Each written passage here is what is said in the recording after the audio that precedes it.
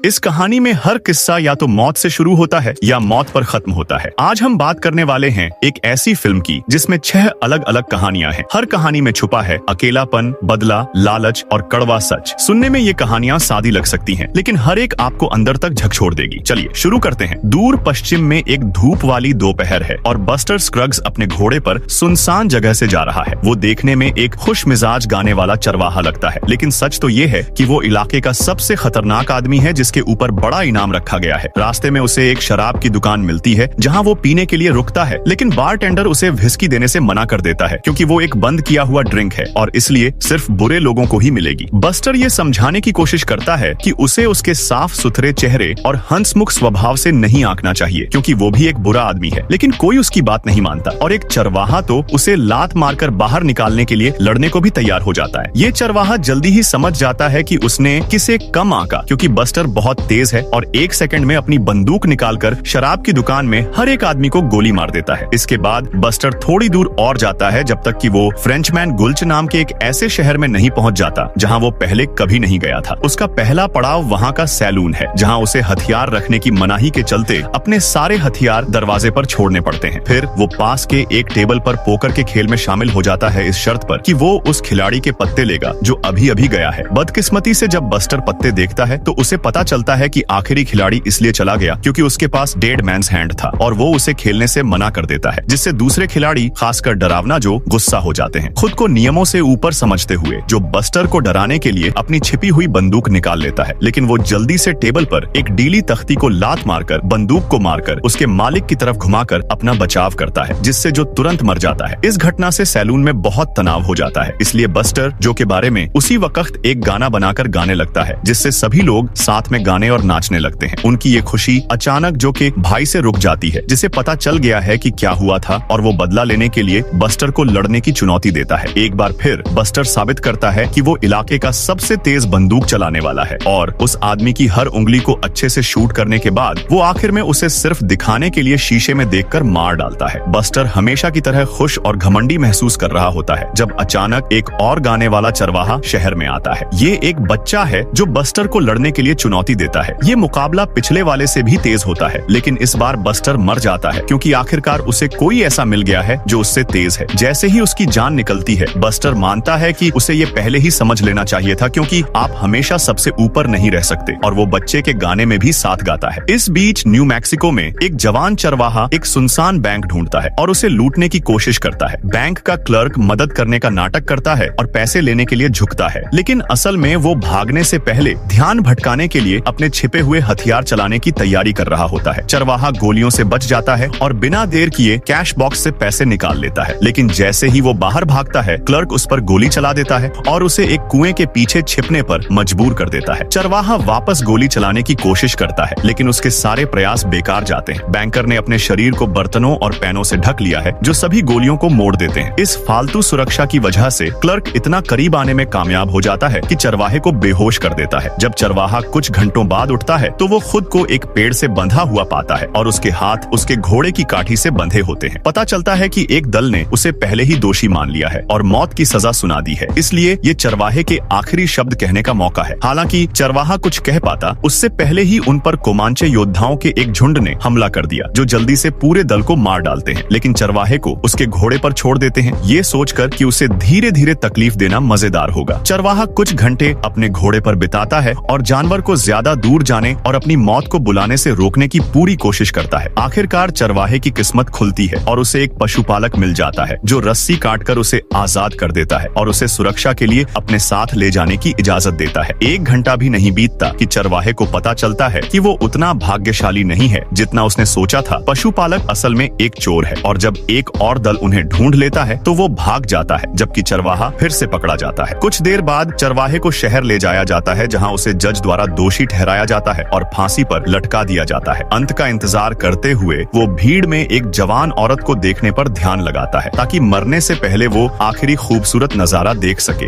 वहाँ से ज्यादा दूर नहीं एक बूढ़ा शो चलाने वाला हैरिसन के साथ घूमता है, एक जवान आदमी जिसके हाथ या पैर नहीं है, लेकिन उसकी आवाज बहुत अच्छी है जिसका इस्तेमाल वो शेक्सपियर और लिंकन वगैरह की पुरानी मशहूर रचनाएं सुनाने के लिए करता है। जिस गाड़ी में वो घूमते हैं वो हर बार जब वो किसी शहर में रुकते हैं तो एक मंच बन जाती है और जब हैरिसन अपनी मशहूर रचना रचनाएं सुनाता है तो शो चलाने वाला लोगों से पैसे इकट्ठा करता है। वो हैरिसन को खाना खिलाने, उसका मेकअप करने और यहाँ तक कि उसे टॉयलेट जाने में भी मदद करता है। ये एक बहुत ही बेकार और दुख भरा जीवन है और शो चलाने वाला हर दिन हैरिसन से और ज्यादा परेशान हो जाता है। जब वो वेश्यालयों में जाते हैं तो शो चलाने वाला हैरिसन के लिए एक लड़की के पैसे देने की भी परवाह नहीं करता। वो उसे उसी कमरे में छोड़ देता है और अपना मजा करते समय उसे घुमा देता है। इसका मतलब है कि हैरिसन को सब कुछ सुनना पड़ता है। जैसे जैसे वो दूर दराज के पहाड़ी कस्बों में घूमते हैं, लोगों की उनके छोटे से शो में दिलचस्पी कम होती जाती है और वो मुश्किल से कोई पैसा कमा पाते हैं। एक शाम शो चलाने वाला देखता है कि उनके दर्शक बहुत कम हैं, क्योंकि एक दूसरी गाड़ी ने सबका ध्यान खींचा हुआ है। भीड़ एक मुर्गी के लिए तालियां बजा रही है जो कुछ पेंट किए हुए नंबरों पर चोंच मारकर आसान जोड़ और घटाव कर सकती है। एक मौका देखकर शो चलाने वाला मुर्गी खरीदने का फैसला करता है और वो उसकी उतनी ही देखभाल करता है जितनी वो हैरिसन की करता है। जो आगे क्या होने वाला है इस बारे में सोचने लगता है। अगले दिन शो चलाने वाला एक पुल के पास गाड़ी रोकता है और नीचे बहने वाली नदी की गहराई नापने के लिए उसमें एक बड़ा पत्थर डालता है। नतीजे ठीक वैसे ही होते हैं जैसे उसे चाहिए होते हैं और थोड़ी देर बाद शो चलाने वाला सिर्फ मुर्गी को साथ लेकर गाड़ी में वापस सड़क पर आ जाता है, क्योंकि हैरिसन को भी नदी में धक्का दे दिया गया है। नदियों की बात करें तो एक नदी पहाड़ से नीचे बह रही है जहाँ एक बूढ़ा सोना ढूंढने वाला सोना खोजने आया है। शुरुआत में उसके बर्तन में सिर्फ सोने के छोटे छोटे कण मिलते हैं, लेकिन हर बार मात्रा गिनकर वो उस जगह का पीछा करता है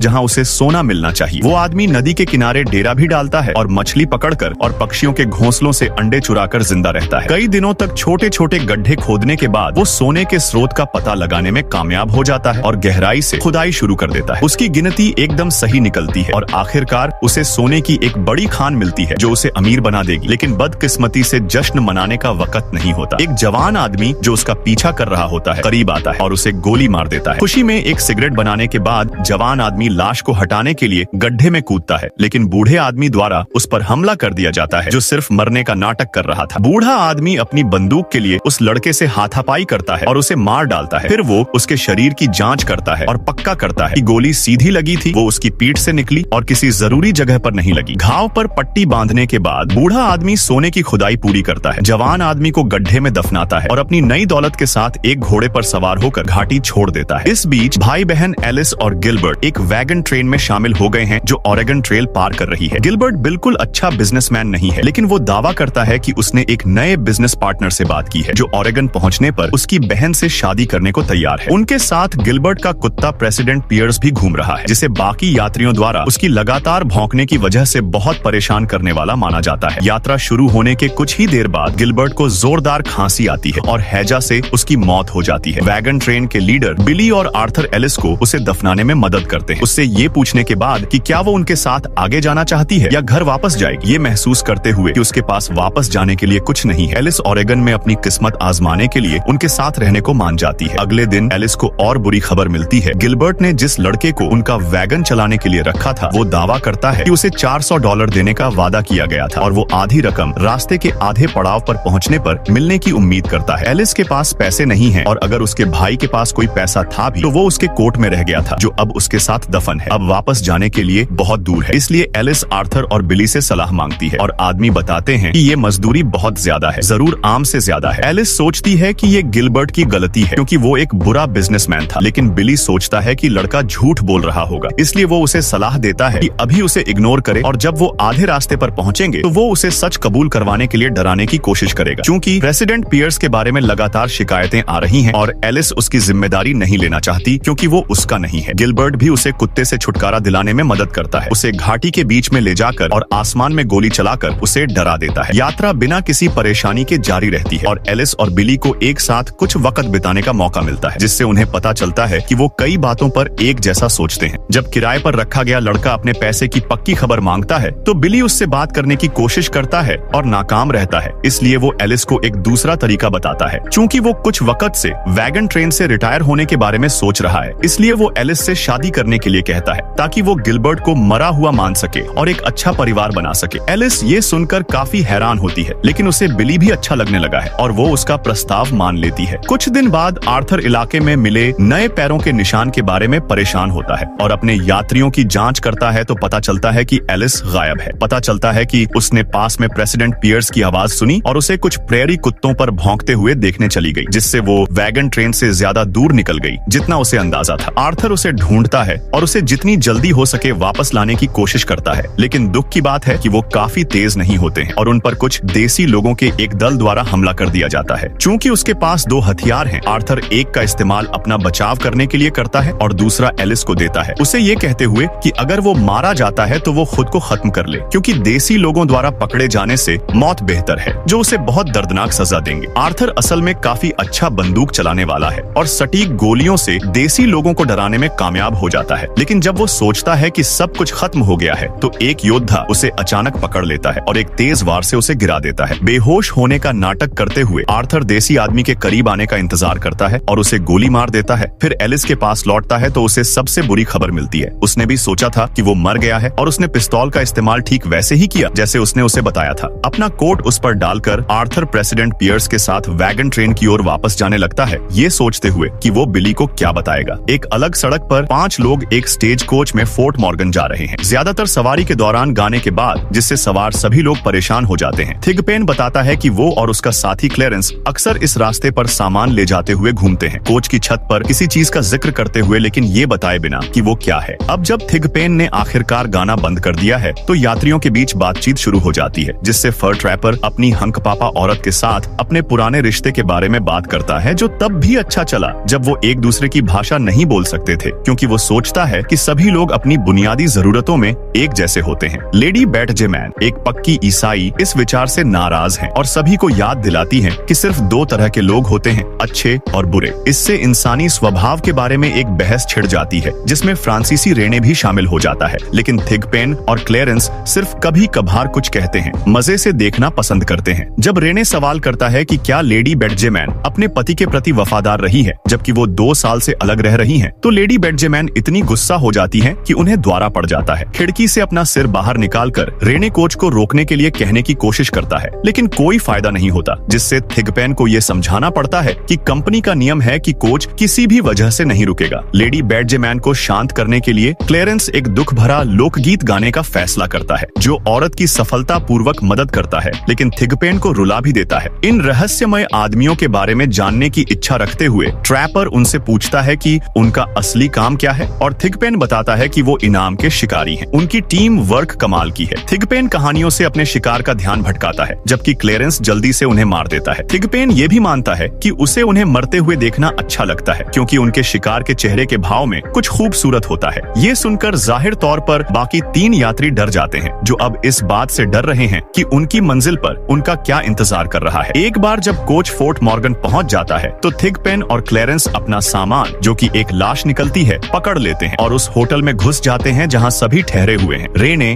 लेडी बैटजेमैन और ट्रैपर उतरने में ज्यादा वक्त लेते हैं, सतर्क और डरे हुए महसूस करते हैं, लेकिन आखिरकार वो भी होटल में घुस जाते हैं और रेने कोच को जाते हुए देखने के बाद दरवाजा बंद कर देता है, ये महसूस करते हुए कि अगर उन्हें जरूरत पड़ी तो बाहर निकलने का कोई रास्ता नहीं होगा। ऐसे और वीडियो देखने के लिए सब्सक्राइब करें। Peace out.